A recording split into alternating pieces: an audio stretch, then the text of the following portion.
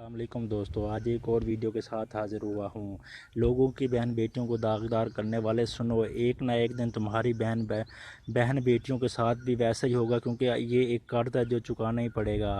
School کے 3 طالب علم لڑکوں نے سکول کے چوکیدار کو کچھ روپے پیسے دیے اور کہا کہ چھٹی کے وقت کسی ایک لڑکی کو کسی بھی طرح اندر ہی روک لینا۔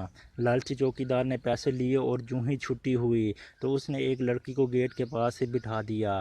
باہر جب اس لڑکی کا والد اسے لینے آیا تو چوکیدار نے کہہ دیا کہ آپ کی بچی تو جا چکی ہے۔ جب والد چلا گیا تو چوکیدار نے اسے کہا کہ آپ کے ابو آ جائیں گے، تم ٹینشن نہ لو، اندر کلاس میں جا کر بیٹھ جاؤ، جب کوئی آئے گا تو میں تمہیں اطلاع کر دوں گا۔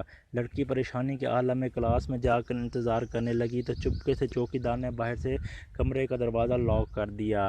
پھر وہ حوث کے پجاری تینوں لڑکے آ گئے۔ پہلے ایک نے جا کر زبردستی کی، پھر دوسرے نے بھی۔ جب تیسرا لڑکا اس کمسن لڑکی سے اپنی پیاس بجھانے اندر داخل ہوا تو آگے اس بچی کو دیکھ کر اس کی سانسیں رک گئیں اور لڑکا پتھر کی طرح ساکن ہو گیا۔ جانتے ہو اس کی وجہ کیا ہے؟ کیونکہ آگے وہ لڑکی اس لڑکے کی بہن تھی۔